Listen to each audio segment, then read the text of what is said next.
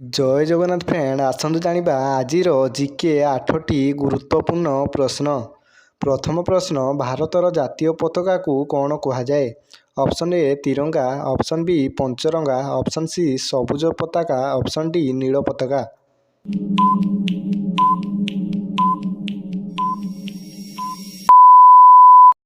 ସଠିକ୍ ଉତ୍ତର ଜାଣିବା ଆଗରୁ ଭିଡ଼ିଓଟିକୁ ଲାଇକ୍ ଆଣ୍ଡ ସବସ୍କ୍ରାଇବ୍ କରିଦିଅନ୍ତୁ। ଏହାର ସଠିକ୍ ଉତ୍ତର ଅପସନ୍ ଏ ତିରଙ୍ଗା। ଭାରତର ଜାତୀୟ ପତାକାକୁ ତିରଙ୍ଗା କୁହାଯାଇଥାଏ। 2 ନମ୍ବର ପ୍ରଶ୍ନ, ଓଡ଼ିଶାର ରାଜ୍ୟ ପଶୁ କ'ଣ? ଅପସନ୍ ଏ ହାତୀ, ଅପସନ୍ ବି ବାଘ, ଅପସନ୍ ସି ହରିଣ, ଅପସନ୍ ଡି ସିଂହ। ଉତ୍ତର ଜାଣିଥିଲେ କମେଣ୍ଟ କରନ୍ତୁ।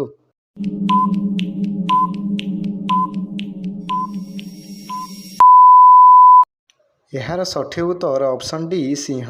ଓଡ଼ିଶାର ରାଜ୍ୟ ପଶୁ ସିଂହ। 3 ନମ୍ବର ପ୍ରଶ୍ନ, ଭାରତର ରାଜଧାନୀ କ'ଣ? ଅପସନ୍ ଏ ମୁମ୍ବାଇ, ଅପସନ୍ ବି ନୂଆଦିଲ୍ଲୀ, option C Kolkata, option D Chennai. ଉତ୍ତର ଜାଣିଥିଲେ କମେଣ୍ଟ କରନ୍ତୁ।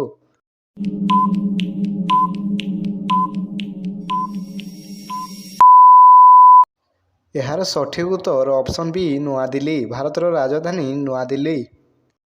4 ନମ୍ବର ପ୍ରଶ୍ନ, ଓଡ଼ିଶାର ପ୍ରସିଦ୍ଧ ଖାଦ୍ୟ କ'ଣ? Option A biryani, option B pakhala bhata, option C dosa, option D pizza. ଉତ୍ତର ଜାଣିଥିଲେ କମେଣ୍ଟ କରନ୍ତୁ।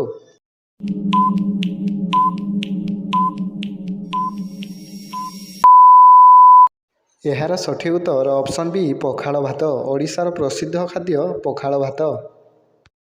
5 ନମ୍ବର ପ୍ରଶ୍ନ, ପୃଥିବୀରେ କେତୋଟି ମହାଦେଶ ଅଛି? ଅପସନ୍ ଏ 5ଟି, ଅପସନ୍ ବି 6ଟି, ଅପସନ୍ ସି 7ଟି, option D 8ଟି।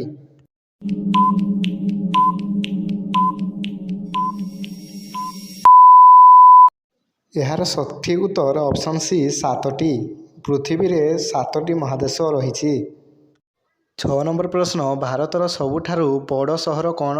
Option A Mumbai, option B Kolkata, option C Delhi, option D Madras. ଉତ୍ତର ଜାଣିଥିଲେ କମେଣ୍ଟ କରନ୍ତୁ।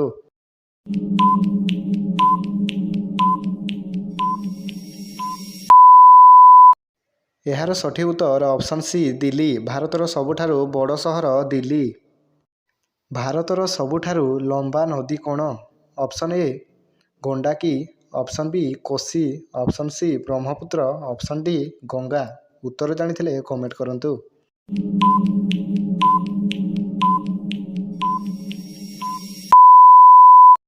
ଏହାର ସଠିକ୍ ଉତ୍ତର ଅପସନ୍ ଡି ଗଙ୍ଗା।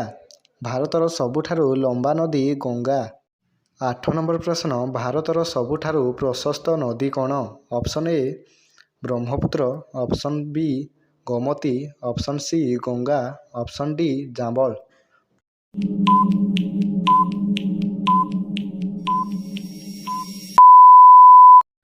ଏହାର ସଠିକ୍ ଉତ୍ତର ଅପସନ୍ ଏ ବ୍ରହ୍ମପୁତ୍ର। ଭାରତର ସବୁଠାରୁ ପ୍ରଶସ୍ତ ନଦୀ ବ୍ରହ୍ମପୁତ୍ର।